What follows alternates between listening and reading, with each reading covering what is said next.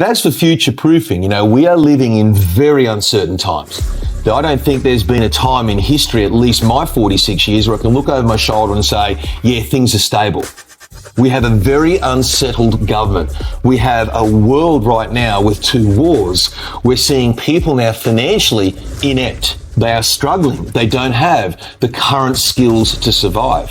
So how do I future-proof, Mark? How do I actually put myself amidst the crowd but still get ahead? It's not enough to lean on the fact that, Mark, I'm a dental assistant, I'm a plumber, I'm back office, and I earn 68, I earn 115, I earn 221,000 a year. I'm well off. How long does that really last for? And when the money stops is probably when you stop working. That's not coincidental. When you look at the intelligent, you look at the resourceful, you look at the truly affluent people of our time, the money flows through the door, whether they're awake, whether they're working or not.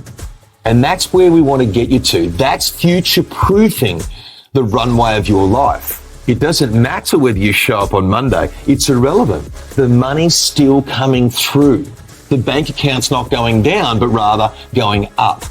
And that's when you and I have really made it. That's how we future-proof where you want to be.